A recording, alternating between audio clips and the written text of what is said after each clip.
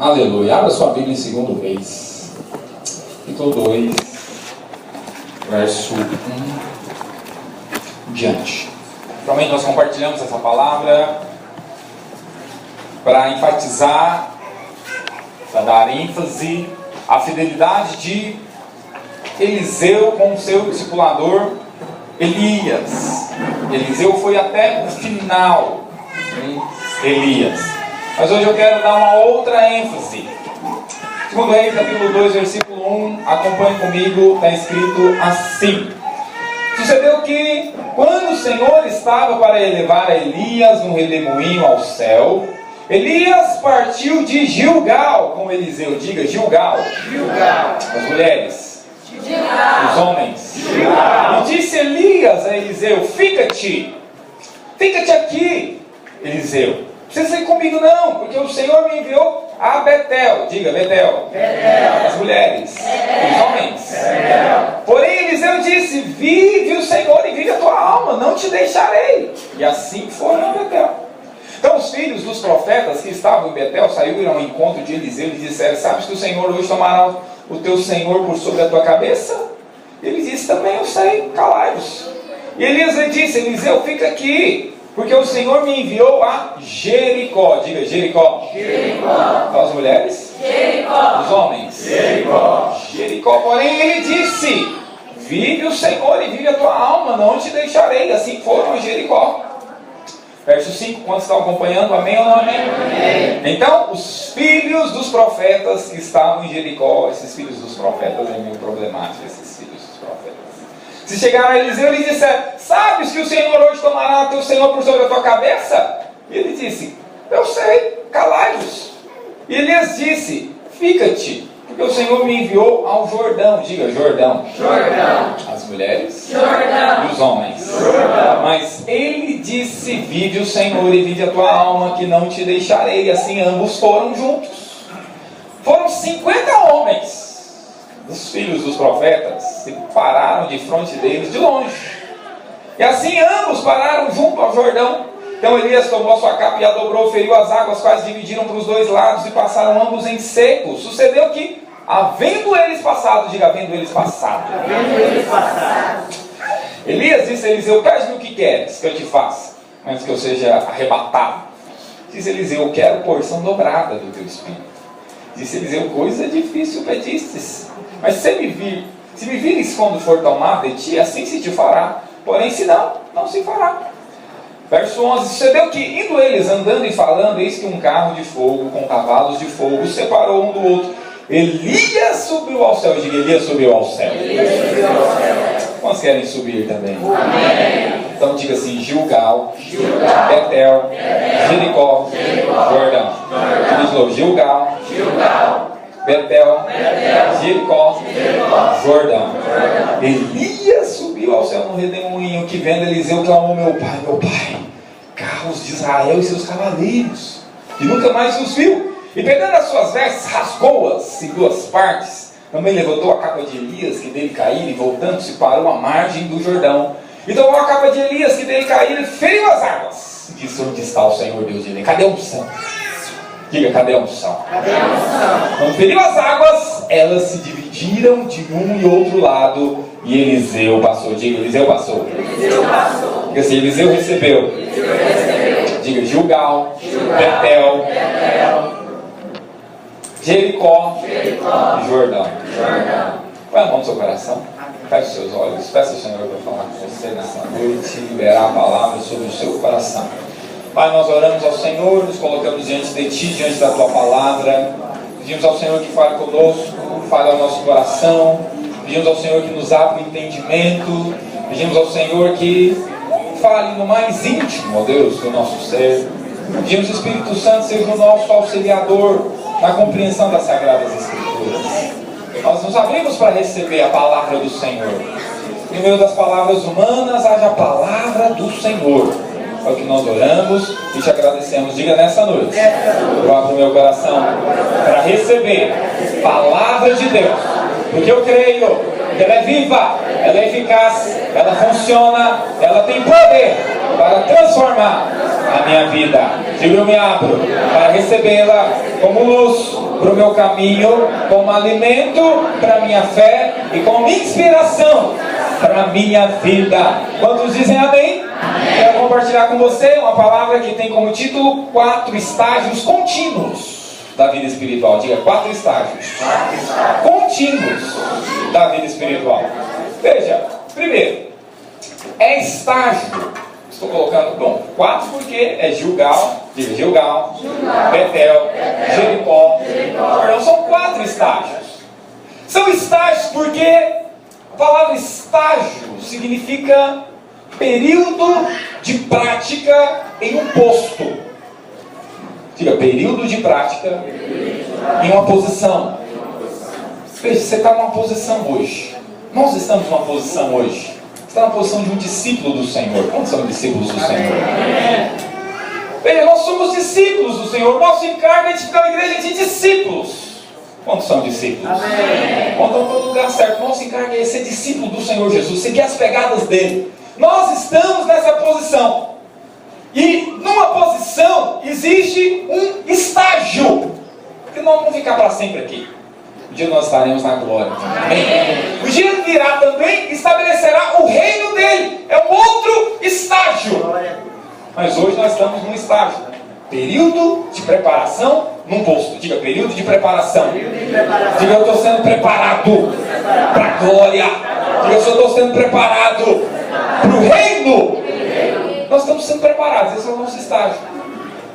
Então, são 4 estágios que nós temos enquanto nós, nessa posição que nós estamos hoje de discípulos. Diga, Gilgal, Betel, Jericó, Jordão. Durante o tempo que você está aqui, nesse corpo, nessa carcaça, como discípulo, você vai passar por esses estágios continuamente. Você vai passar por esses estágios de tempo em tempo. Você vai passar por Gilgal, de tempo em tempo você vai passar por Betel, de tempo em tempo você vai passar por Jericó, de tempo em tempo você vai passar por Jordão. Quando estão acompanhando, diga amém? Amém. Bom, eu falei, então, né? Por isso que o título da mensagem, 4 estágios contínuos da sua vida cristã. Olha, então eu quero começar com Gilgal. Que estágio é esse da vida cristã, da vida espiritual? Primeiro lugar que Elias e Eliseu passaram foi Gilgal. É interessante, irmãos, porque o que aconteceu no final do estágio? Depois dele passar por Gilgal, Betel, Jericó e Jordão, o que aconteceu com ambos? Elias foi arrebatado aos céus e Eliseu recebeu porção dobrada. Quantos querem isso? Amém. Eu quero subir. Eu quero ser promovido. Eu quero unção dobrada. Eu quero o dobro. Dobro. Você quer mesmo? Então é Gilgal, Betel, Jericó e Jordão. Passar por esses 4, ao final disso você recebe, o Senhor te promove, ao final disso você é elevado, ao final disso você recebe unção dobrada, ao final disso acontecem essas coisas. Mas tem Gilgal pelo caminho. Gilgal, o que é Gilgal? Nós vemos que no verso 1, Elias partiu de Gilgal. É o primeiro posto, é Gilgal. Bom, existe um princípio na palavra de Deus, olha aqui para mim. Você que lê a palavra de Deus, você que quer entender a palavra de Deus, como é que eu faço, pastor, para entender a palavra de Deus? Bom, primeiro princípio para você entender: a Bíblia explica a Bíblia. Fala para o seu vizinho, a Bíblia explica a Bíblia. Fala para ele assim, quando você quer saber algo da Bíblia, não, fala para ele, quando você quer saber algo da Bíblia, procura na própria Bíblia. Pastor, o que significa Gilgal? Vamos procurar na própria Bíblia, porque tem um outro princípio que eu quero te ensinar. É o princípio da primeira menção. Esse princípio diz que aquilo que é mencionado na primeira vez na Bíblia e tem determinado sentido, ele vai carregar aquele sentido ao longo de toda a Bíblia. Ao longo de toda a Bíblia, ele vai ter parte daquele significado da primeira vez que foi citado. Então vamos atrás da primeira vez que foi citado Gilgal. Gilgal foi citado pela primeira vez lá em Josué, capítulo 5, verso 2. Abra lá, por favor. Josué, capítulo 5, verso 2. Essa é uma noite de você crescer na palavra. Diga amém. É uma noite de você se acrescentar. É uma noite de você absorver esses princípios e falar: Senhor, eu quero passar por cada uma dessas etapas. Eu quero vencer cada uma dessas coisas. Porque eu quero que aconteça comigo o que aconteceu com Elias e Eliseu. Elias foi promovido, subiu ao céu. E Eliseu recebeu a porção dobrada. Eliseu recebeu em dobro o que ele queria. Quantos querem receber em dobro o que você quer? Veja, receber o que você quer já é algo muito bom. Quantos querem algo da parte de Deus? Você imagina você receber o dobro. Olha só. Gilgal, capítulo 5, Josué capítulo 5, verso 2. Quando estão acompanhando, amém ou não amém? Está escrito assim, Josué 5, 2. Naquele tempo disse o Senhor a Josué. Veja, irmão, naquele tempo. Que tempo? Que tempo? Nós estamos aqui em Josué 5, então localiza o seu GPS bíblico aí. Josué 5, que está em Josué 5. Bom, o povo acabou de sair do Egito, né? Saiu do Egito, está entrando em Canaã. Então, esse é o período aí. Josué 5, verso 2. Quantos já saíram do Egito também? Amém. Esse também já saiu do Egito, saiu do mundo. Então preste atenção. Naquele tempo, disse o Senhor a Josué: faze facas de perdeneira e passa de novo a circuncidar os filhos de Israel. Diga, circuncidar. Os filhos de Israel, segunda vez. Então Josué fez para si facas de pedra e circuncidou aos filhos de Israel no monte dos prepúcios. E foi esta a causa porque Josué o circuncidou. Todo o povo que tinha saído do Egito, os homens, todos os homens de guerra, já haviam morrido no deserto pelo caminho depois que saíram do Egito. Porque todos os do povo que saíram estavam circuncidados.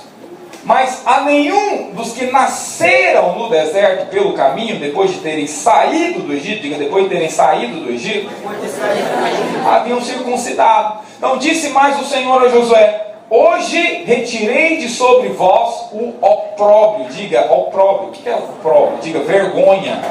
Hoje eu retirei de vocês a vergonha do Egito. Por isso, o nome daquele lugar se chamou o que, irmãos? Como é que chamou aquele lugar? Verso 9, por favor. Pula lá para o verso 9.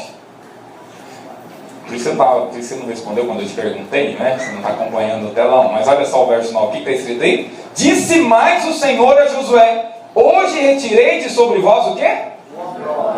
A vergonha.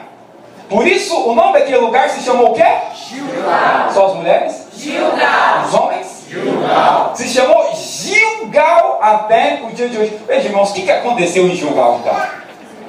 Diga assim: a carne foi cortada.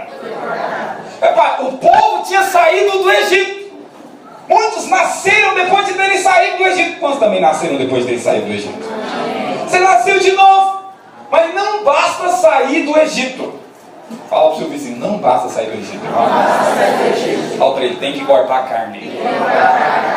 E foi isso que aconteceu em Gilgal. O povo de Israel foi circuncidado. A carne foi cortada. Veja, é a primeira coisa que acontece na vida de Elias e Eliseu. E é também algo que deve ser primordial na nossa vida. Você cortar a carne da sua vida. Quantos estão acompanhando? Diga amém. Amém. Veja, e o que é carne? Sei que isso às vezes é básico para alguns, mas nós não podemos cansar de ouvir e de falar. Veja, carne é aquele apetite para o pecado. Gálatas capítulo 5, verso 17, abra lá. Gálatas 5, 17, olha o que diz esse texto. Diga que você encontra, diga amém. Amém. A palavra do Senhor diz assim, verso 16: andai, pois, no Espírito, e jamais satisfareis os desejos da carne. Veja, a carne ela se opõe ao Espírito. Então, carne é aquilo que se opõe ao Espírito. A carne é aquele apetite que nós temos ao pecado.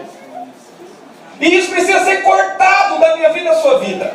Nós estamos entendendo antigamente. Mas olha só, a carne tem esse aspecto, aquele apetite para as coisas do pecado, que acabam depois trazendo tanta consequência ruim para nós. Mas vou te falar um outro aspecto da carne. A carne também é tudo aquilo que não é do Espírito. Se você ler o texto um pouquinho abaixo, a Bíblia diz, verso 17, que a carne e o Espírito eles são opostos. Diga assim, carne e espírito são opostos. Então olha só, aquilo também que é natural na sua vida, que você também julga bom, talvez, isso também é carne. E para a obra de Deus, por exemplo, não aproveita, precisa ser cortado. Deixa eu te dar um exemplo. Talvez você ache que pelo fato de você ter uma boa comunicação, você ser bem comunicativo, então isso vai ser útil para Deus. Eu quero falar para você, a sua boa comunicação apenas não serve nada para Deus. Algumas pessoas inclusive chegam a pensar o seguinte: se o Luciano Huck converter, porque ele é um bom comunicador, então ele vai fazer muita diferença na obra de Deus. Mas eu quero falar para você que isso é carne. Aquilo que é carne se opõe ao Espírito e não tem valor para Deus. Nós estamos acompanhando, diga amém. Amém. Alguém poderia falar, nossa, a Anitta, se ela converter, ela vai ser uma boa cantora gospel. Veja, mas o talento dela natural é carne. Não tem valor para Deus. O que tem valor para Deus é Espírito. Digo, o que tem valor para Deus é Espírito. A obra de Deus só pode ser feita no Espírito. De forma espiritual. Nós estamos entendendo, diga amém. Amém. Veja, até as coisas naturais de você, que você julga ser boas, elas precisam ser cortadas e precisam ser ressuscitadas para serem usadas por Deus. Nós estamos entendendo, diga amém. Veja, esse é o primeiro posto, é o primeiro estágio que Elias e Eliseu passaram. Mas tem um outro lugar pelo qual eles passaram também. Qual foi o lugar, irmãos? Volta lá para mim, para o texto. Qual foi o lugar? Betel. Foi Betel. Eles passaram também por Betel. Elias e Eliseu passaram por lá. Está lá no verso 2. Fica aqui, porque o Senhor me enviou a Betel. Veja, irmãos, o que é Betel? Então, novamente, nós vamos voltar no princípio da interpretação da palavra. Quero mostrar para você a primeira vez que a palavra Betel aparece. Olha para Gênesis 12.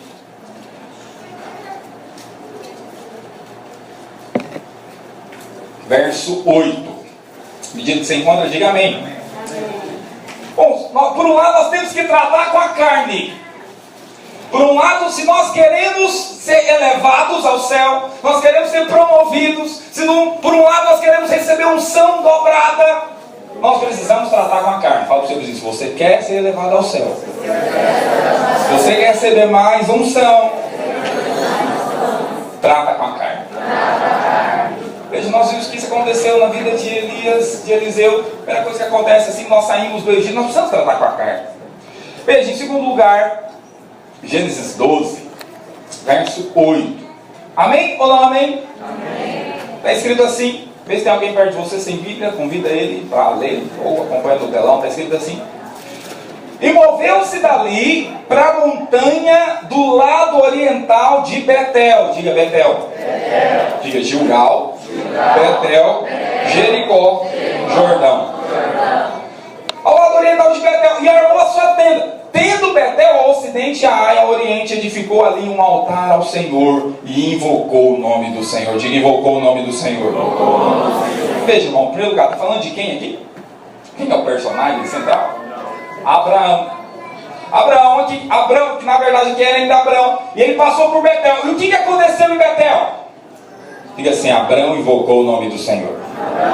Fala para o seu vizinho, Betel é o lugar onde invoca o nome do Senhor. Veja, a palavra Betel também significa casa de Deus. E aí a palavra diz assim, verso 9, quantos estão acompanhando? Amém ou não amém? Amém. Depois caminhou Abraão dali. Diga, caminhou Abraão dali. Oh Deus. Seguindo ainda para o lado do sul. Diga, Abraão caminhou dali. Seguindo ainda para o lado do sul. Fala para o seu vizinho, cuidado do lado do sul. Fala para um outro irmão, cuidado do lado do sul. Sumido do culto, sumido da célula. Cuidado com o lado do sul, irmão. Verso 10 diz assim: e havia fome naquela terra, e desceu Abrão ao Egito. Veja, irmãos, tem aqui. Interessante. Caminhou Abrão, ele estabeleceu em Betel ali, invocou o nome do Senhor. Mas a Bíblia diz que ele caminhou dali. E ao final nós vimos que ele desceu para o Egito. Então nós temos duas cidades, nós temos dois pontos que se contrapõem aqui. Por um lado nós temos Betel, ali se invoca o nome do Senhor. E por outro lado nós temos Egito. Assim que você sai, assim que você recebe uma nova vida, nós precisamos tratar com a carne, mas também nós precisamos tratar com o mundo. Elias e Eliseu, eles passaram por Gilgal e eles passaram por Betel, que se contrapõe ao mundo, que se contrapõe ao Egito. Irmãos, é interessante porque Betel nos fala desse estágio que nós temos que tratar com o mundo.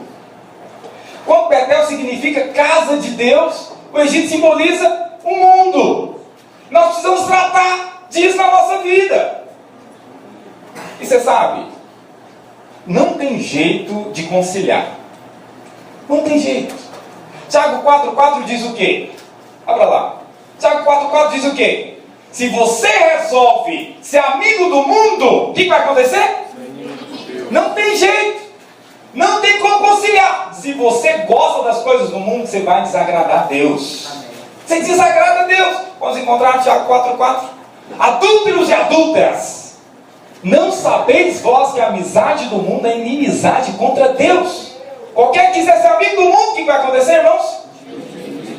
Constitui-se inimigo de Deus. Agora, o que é o mundo, pastor? Nós falamos um pouco da carne, desse apetite que nós temos interiormente para as coisas do pecado. Você precisa cortar. Antes você não tinha força para isso, mas agora você está debaixo da graça, o pecado não te domina mais. Agora, o que é o mundo, pastor? O mundo é o sistema de valores. Mundo é o sistema de valores que se opõe a Betel. Veja, irmãos, Betel tem um sistema de valores. O Egito tem outro sistema de valores. Como vocês estão entendendo, diga amém? Agora, o problema é que, às vezes, Egito começa a chamar muita atenção. Quando é que nós caminhamos para o Egito? Por que Abraão caminhou para o Egito? Ele tinha se estabelecido em Betel, feito um altar, invocou o nome do Senhor. Só que a Bíblia diz logo em seguinte que ele caminhou dali. Caminhou dali. E de repente ele olhou para o Egito. Algo aconteceu onde ele estava. A Bíblia diz que houve fome. Sim ou não? Acompanhe comigo, olha lá, verso 9. Quantos estão acompanhando? Amém ou não amém? Olha só o que diz. Versículo 9. Depois caminhou Abrão dali, seguindo ainda para o lado do sul. E havia fome naquela terra. Havia fome. E desceu para o Egito. Desceu para o Egito. Veja, o que significa fome para nós? O que significa fome? Fome significa necessidade. Fome significa necessidade. Sabe o que faz? Olha aqui para mim. Sabe o que faz muitas pessoas irem para o Egito? Uma necessidade. Então, se ela tem uma necessidade de dinheiro, então ela é muito tentada a ir para o Egito.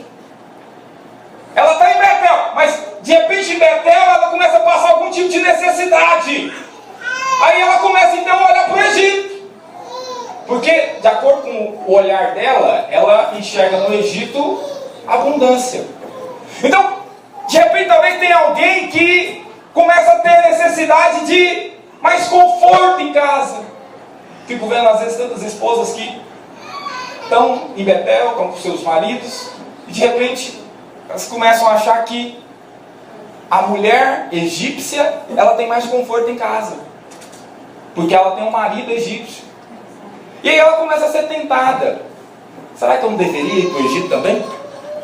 Não, porque a fulana de tal, ela é egípcia e ela está trabalhando não sei aonde, ela trabalha tipo Unibanco, 24 horas. E aí ela está prosperando, ela está tendo conforto. Sabe uma coisa? Salmo 73 é algo muito poderoso. Pensa no salmo que eu gosto. Salmo 73, versículo 2, abra lá.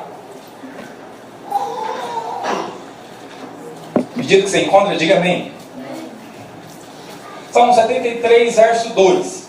Está escrito assim: quanto a mim, olha o que o salmista diz. Quanto a mim, os meus pés quase se desviaram. Olha o que o salmista está falando, está sendo muito honesto. Quanto a mim, os meus pés quase se desviaram. Pouco faltou para que eu escorregasse os meus pés. O que é isso, salmista? O que aconteceu? Por que você diz uma situação dessa? Por que você quase desviou? Por que você quase tropeçou? O que diz o verso seguinte? O que está escrito no verso seguinte, irmãos? Pois eu tinha inveja dos tolos, dos ímpios, dos nécios, quando eu via a prosperidade de quem, irmãos? Quando é que você começa a tropeçar? Quando é que o crente começa a tropeçar? Quando ele olha lá para o Egito e começa a ver a prosperidade do ímpio. Quando ele olha para a grama do vizinho e começa a observar a prosperidade dele. Nessa hora os seus pés quase tropeçam. Veja, não vão muito longe. Às vezes não precisa ser nem algo assim financeiro. Às vezes você é jovem e aí o pessoal da sua turma está todo mundo se arranjando. E os pares começam a se formar. E aí você começa a olhar, você começa a ter necessidade, você começa a sentir fome. Nossa, eu estou com uma fome de namorar. E aí você olha para Betel e fala, mas parece que não tem nada aqui em Betel. E você começa a olhar para o Egito, sim ou não? Você começa a dar uma olhada lá para o Egito, parece que no Egito tem mais coisas disponíveis. Fala para o seu vizinho, não vai para lá não, meu irmão. Não desce lá.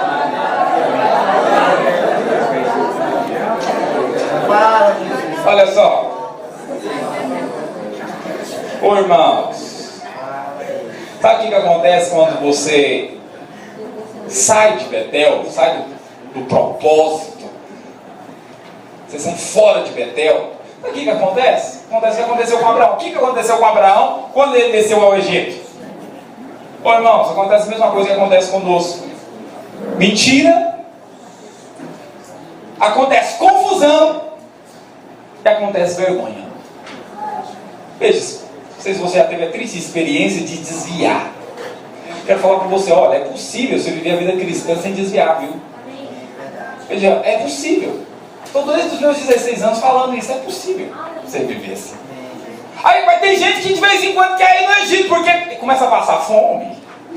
E aí ele quer matar a fome no lugar errado. Olha aqui para mim, o que acontece quando você sai fora do propósito? Diga mentira, confusão e vergonha. Veja, Abraão desceu com Sara lá para o Egito. Há um mistério, porque todo homem de Deus só casa com mulher bonita. Seja homem de Deus, só vê se tem algum homem perto de você e fala, seja homem de Deus, irmão. Olha aqui para mim. Se é homem de Deus, acaba casando com mulher bonita. Abraão, Sara era linda. E aí ele, olha o que ele inventou. Sara, nós estamos descendo para o Egito, mas você não fala que é minha esposa, não. Senão vão me matar e vão querer casar com a viúva. Então você vai falar que é minha irmã. Ó, mentira. Sabe o que aconteceu? Confusão. Veio uma praga lá no Egito, descobriram toda a verdade, ele ficou todo envergonhado, teve que voltar para Betel. Teve que voltar para o centro do propósito. Nós estamos entendendo antigamente? Amém.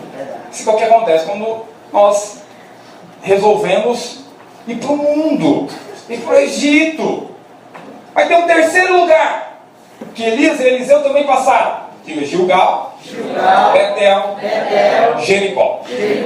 Veja, Jericó é interessante, porque a melhor definição de Jericó está em Josué 6. Abra lá, Josué, capítulo 6. Verso 26. À medida que você encontra, diga amém. Josué, capítulo 6, versículo 26. À medida que você encontra, diga aleluia. Só os que encontraram, diga glória a Deus. Está escrito, naquele tempo Josué os esconjurou, dizendo, maldito diante do Senhor seja o homem que se levantar e reedificar essa cidade de Jericó. Diga assim, Jericó. Diga maldição. Sobre o seu primeiro filho, seu primogênito, vai fundar, mas sobre o seu filho mais novo vai pôr as portas.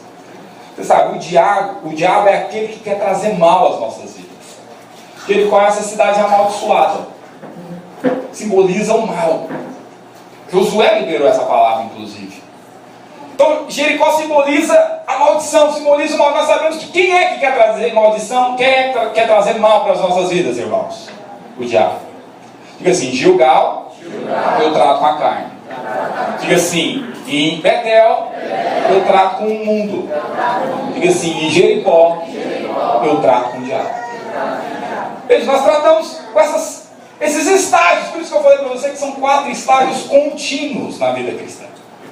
De tempo em tempo nós estamos tratando com algum deles.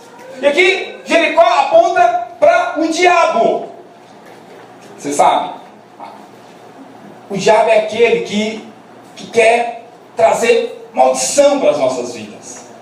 Que quer trazer o mal, quer trazer atrapalho para nós. Mas levanta a sua mão e diga assim, nenhuma condenação, nenhuma maldição para os que estão em Cristo Jesus. Agora, irmão, significa que você nunca mais vai ter que tratar com o diabo? O que significa isso? Não! De tempo em tempo você tem que usar a autoridade que agora você tem. É tão importante, irmãos, é interessante porque olha só como é que o diabo ele se apresenta sempre. Contra Moisés, como é que o diabo se apresentou? Com um mar vermelho grande de um lado e um exército grande do outro. Exército de Faraó. Contra Davi, como é que ele se apresentou? Um gigante. Veja, contra Josué, como é que ele se apresentou? Com uma fortaleza. O diabo ele sempre vai querer aparecer para você com algo muito difícil, com uma resistência muito forte. Ele sempre vai querer aparecer para nós assim. Sempre que aparecer um obstáculo grande demais na sua vida, entenda, é o momento de você tratar com Jericó. É o momento de você tratar com o diabo, que quer amedrontar você. Por que o diabo faz isso? É uma forma de querer minar a sua fé. Porque você sabe, o oposto de fé não é incredulidade. O oposto de fé é medo. Então por isso o diabo sempre vai tentar trazer medo. Sempre vai tentar minar a sua fé, trazendo algo grande demais, difícil demais. Veja, quando eu olho ali para aquela construção, eu olho para o leão que já foi morto. Veja, nós matamos um leão e um urso, nós vamos matar essa construção também. Veja, nós vamos chegar lá. Veja, é assim também que você precisa se posicionar. Como você está entendendo? Diga amém? Veja, Jericó, interessante porque Jericó é essa fortaleza rigorosamente fechada. Tem um negócio interessante disso aqui, olha só, abre lá para mim, em Josué capítulo 6. Olha o que diz o versículo 1. Isso não é exatamente o que acontece quando você está orando. Quando se levanta algo contra você e você começa a orar. Josué capítulo 6, verso 1, o que está escrito aí? O que está escrito aí, irmãos? Jericó estava de que jeito? Rigorosamente fechada. Qual que é o detalhe? Ninguém entrava. Veja, irmãos, não é exatamente isso, situações que acontecem na minha vida, na sua vida? Você ora, nada acontece. Sim ou não? Não tem movimento de nada, porque ninguém entra e ninguém sai. Veja, assim também é a batalha espiritual. Aparentemente não tem nada acontecendo, mas as ruínas da muralha já estão acontecendo. Diga amém. Amém. Olha o seu vizinho, ó. Não se importe com o que você vê. Olha, se importe com o que você crê. Veja, porque Jericó estava rigorosamente fechada. Ninguém entrava e ninguém saía. Parece que não estava acontecendo nada. Veja, não é exatamente que às vezes nós vemos no coração de algumas pessoas. Você ora, parece que nada entra e nada sai. Assim, a respeito de algumas portas, está rigorosamente fechado, o diabo não quer. Não é assim também, às vezes, em momentos da célula. Ninguém entra, mas ninguém sai. Às vezes nós enfrentamos esse tipo de batalha. Vocês estão entendendo, diga amém? Veja, como é que Josué fez para vencer Jericó? Portanto, nós observamos isso. Veja, Quero ver com você algumas coisas. Olha lá para Josué capítulo 6, verso 9. Não vai dar para eu falar com você todas as coisas, mas eu quero só esses 2 versículos. Quando estão acompanhando, amém ou não amém? Amém. Os homens armados, diga homens armados, iam diante dos sacerdotes que tocavam as trombetas. Diga, tocavam as trombetas. E as trombetas tocavam continuamente, e a retaguarda seguia a arca. Diga, homens armados, trombeta tocando, presença da arca. Diga, homens armados, trombetas tocando, presença da arca. Veja, irmãos, essa foi uma das coisas que aconteceu para que a muralha ruísse. Quando a Bíblia diz que haviam homens armados, significa que quando você experimenta um levante de Jericó contra você, posicione-se. Sacode o seu vizinho até de ficar aborrecido e fala assim, posicione-se, irmão. Posicione-se. Homens armados. Quantos estão entendendo? Diga amém.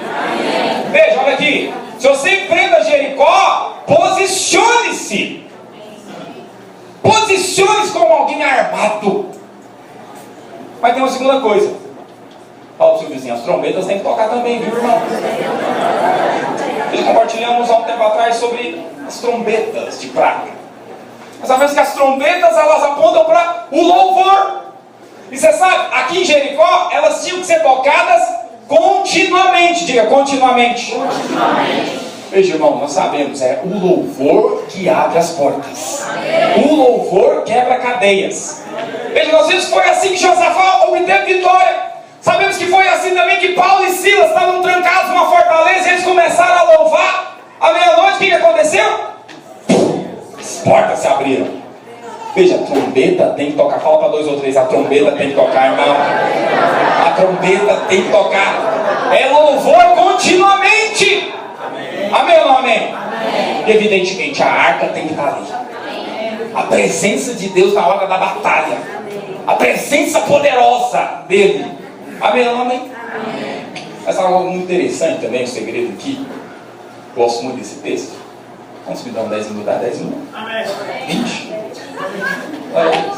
Olha aqui para mim. Um segredo muito interessante desse texto. Olha o que diz o verso 10, irmão. Quando estão acompanhando, diga amém. Amém. Está escrito assim: porém ao povo, Josué, ordena, não gritareis, nem fareis ouvir a vossa voz, nem sairá palavra alguma. Diga palavra alguma. Na vossa boca, até o dia que eu vos diga, gritai! Como estão entendendo? Diga amém? Olha aqui para mim, irmãos. Mais importante do que você saber o que fazer, é você saber o que não fazer. Fala isso para o vizinho. Fala para ele. Mais importante do que você saber o que fazer, é você saber o que não fazer também. Olha, irmãos, olha, interessante, eu acho muito sensacional essa passagem. O que aconteceu 40 anos atrás? O povo começou a conversar. Fala, o povo começou a conversar. E aí, lá, naquela situação onde eles estavam prestes a entrar em Canaã, o que tinha lá? Mais uma vez, como é que o diabo se apresenta? Gigantes, montanhas. E o povo começou a conversar. O que o povo começou a conversar? Ah, não, estamos enrolados. Olha para onde Moisés trouxe a gente. Olha o tamanho desse gigante, nós somos gafanhoto perto deles. O povo começou a conversar. Só que a conversa deles não era conversa que edifica. O povo começou a murmurar. Aqui 40 anos depois, o que Deus falou para Josué? Josué, você vai falar para eles? Calados. Agora você imagina uma coisa dessa, irmãos. Olha só, visualiza comigo. Jericó está instalada. O povo tinha que dar voltas em Jericó. Pensa na vontade de conversar uma hora dessa, né? Todo dia. Volta o silêncio. Todo dia, caladinhos. Irmão, por que você acha que aconteceria se tivesse liberado? Todo mundo pode conversar. O que você acha que aconteceria? Olha aí, olha o tamanho dessa muralha. Como é que nós vamos entrar nisso aqui? Isso aqui nunca caiu. Veja, irmão, a murmuração, ela afasta a bênção. Por isso, para vencer o diabo na batalha, irmão, você não tem coisa boa para falar? Cala a boca. Amém? Se você não tem coisa de edificação para dizer, não fala nada. Fala para 2 ou 3 irmãos, só louva, irmão. Só louva. Só louva. Só louva. Amém ou não amém? Veja, irmão, foi exatamente assim que eles venceram. Homens armados, trombeta trocando e a arca. E fica calado. Cala a boca. Amém ou não amém? Amém. Glória a Deus. Veja, diga Gilgal, Betel, Jericó, Jordão. Veja, irmão, nós tratamos com essas 4 coisas continuamente. E eu sei que para você é muito mais comum falar, né, da carne do diabo. Nós ouvimos isso inclusive no encontro, mas tem um 4º estágio ainda. Fala assim, tem Jordão. Veja, talvez você tenha tido vitórias em tratar com a carne, em tratar com o mundo. Você não desce mais para o mundo.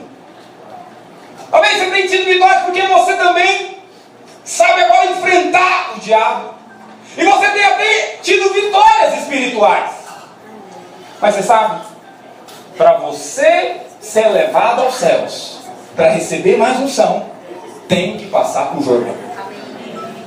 Pastor, o que significa Jordão para nós? Isso aqui é menos comum falar. Olha aqui para mim. A palavra Jordão significa descedor. Você sabe, o rio Jordão é um dos rios mais acidentados geograficamente. Como assim acidentados? Não tem regularidade. Ele é um rio que, acima do nível do mar, ele está a 70 metros acima do nível do mar. Suponha que aqui seja o nível do mar. Ele está a 70 metros. Mas abaixo do nível do mar tem um lugar que ele está a 400 metros. Então ele é um rio descedor. Sabe, não é assim por acaso que esse princípio está aqui. Porque o princípio do Jordão significa justamente o princípio da cruz. O princípio de se humilhar. Você sabe, a primeira vez que nós vemos a palavra Jordão, Rio Jordão, está lá em Gênesis 32. Veja, abrindo lá em Gênesis 32, o que te lembra Gênesis 32? Vi Deus. Gênesis 32 é aquele capítulo tradicional que nós compartilhamos sobre o Peniel. Mas o que talvez você não sabe é que para você ter um encontro com Deus, você também precisa já estar com o seu coração como o de Jordão. O coração já como o de Jacó passando pelo Jordão. Vocês agora o que aconteceu? Gênesis 32, verso 10. Acho essa palavra sensacional. Porque aqui nós vemos logo após que ele foi para o encontro com o coração certo. Fala para o seu irmão, vai para o encontro com o coração certo, irmão. Como é que Jacó foi para o encontro? Olha só, presta atenção no cara. Menor sou eu que todas as beneficências e que toda a fidelidade que fizeste a teu servo. Porque com o meu cajado eu passei esse Jordão. Mas agora eu estou passando para lá com 2 bandos. Olha o coração, ele fez todo mundo passar e ele fez essa oração a Deus. Senhor, o que é isso? Eu sou muito menor que... Eu nem merecia essas bênçãos todas que o Senhor me deu, porque eu passei do lado de cá do Jordão só com um cajado. Olha como é que eu estou passando. Por isso como é que chama o nome do ribeiro que Jacó passou? Val de Jaboque. Que é uma extensão do Jordão. Então veja, ele passou do lado de cá com um cajado. Mas ele foi para ter o encontro dele, para passar do lado de lá, e ele reconheceu: Senhor, eu sou muito menor de que todas as bênçãos que eu recebi. Eu não tenho nenhum direito de pedir nada. Porque eu passei do lado de cá, só tinha um cajado. Agora eu estou passando para lá com 2 bandos. Um coração humilde. Sabe, para você ser promovido, primeiro você tem que passar pelo Jordão. O Senhor te trouxe aqui para falar isso. Para você ser elevado, para você receber um unção maior, você primeiro precisa passar pelo Jordão. Fala para o seu vizinho, para receber mais. Para ser promovido, tem que passar pelo Jordão primeiro. Sabe, o Jordão é esse lugar, é esse rio descedor. Filipenses capítulo 2, verso 7, abra lá. Jacó passou o Jordão sendo Jacó. Mas depois que ele passou, se humilhando, se transformou em Israel. Não sei se você sabe, Davi também passou o Jordão. Quando é que Davi passou o Jordão, pastor? Davi passou o Jordão quando o filho dele tomou o reino. E ele, para evitar uma guerra civil, ele preferiu se ausentar. Ele preferiu sair. Passou o Jordão. Mas sabe como é que ele voltou? Ele voltou vitorioso, sem ter que levantar a mão para o filho dele. Porque quem a si mesmo se humilha, Deus o exalta. Olha só o que diz Filipenses 2,7. É justamente esse princípio. Esvaziou-se a si mesmo, tomando a forma de servo, fazendo semelhante aos homens, e achando na forma de homem, humilhou-se. Diga, humilhou-se. Meu querido, não é Deus que vai humilhar você. É você que tem que decidir. Eu decido me humilhar. Eu decido descer. Quantos creem na palavra de Deus? Amém. Então você precisa crer que quando você resolve descer, o Senhor está preparando para te levar mais. Amém. Assim mesmo se humilhou, sendo obediente até a morte. Morte de quê, irmãos? Cruz. Morte de cruz. Por isso, descer tem a ver com se humilhar. E se humilhar tem a ver com cruz. Diga assim, descer. Humilhar. Cruz. Foi assim que aconteceu com Jesus. Ele desceu primeiro. Ele pegou o princípio do Jordão, o descedor. Desceu, se humilhou, depois o Senhor o exaltou. A palavra do Senhor diz lá em Mateus 16, 24, estou encerrando. Mateus 16, verso 24. Diz assim: então disse a seus discípulos: se alguém quiser, diga, se alguém quiser. Veja, se humilhar não é obrigação sua, é se você quiser. Se você quiser, você passa o Jordão. Talvez você está muito satisfeito de vencer a carne, de vencer o mundo, de vencer o diabo. Veja, talvez você tenha estado satisfeito com isso, mas eu quero falar para você ser promovido, para você ser elevado, para você receber mais, você precisa também passar pelo Jordão. Você sabe, às vezes até o vencer a carne, o vencer o diabo, o vencer o mundo pode ser até um obstáculo para você. Ah não, já venci tanto esses estágios, agora eu vou ter que descer. Pois é, exatamente isso. O Jordão vem depois de Gilgal, vem depois de Betel e vem depois de Jericó. Essa palavra é para nós. Sei que você está acostumado muito a ouvir vencer a carne do diabo e o mundo. Mas nós já temos vencido a carne do diabo e o mundo. Quantos dizem amém? Mas muitos ficam estacionados no Jordão. Porque o Jordão é se quiser. Se quiser, alguém quiser, renuncie-se.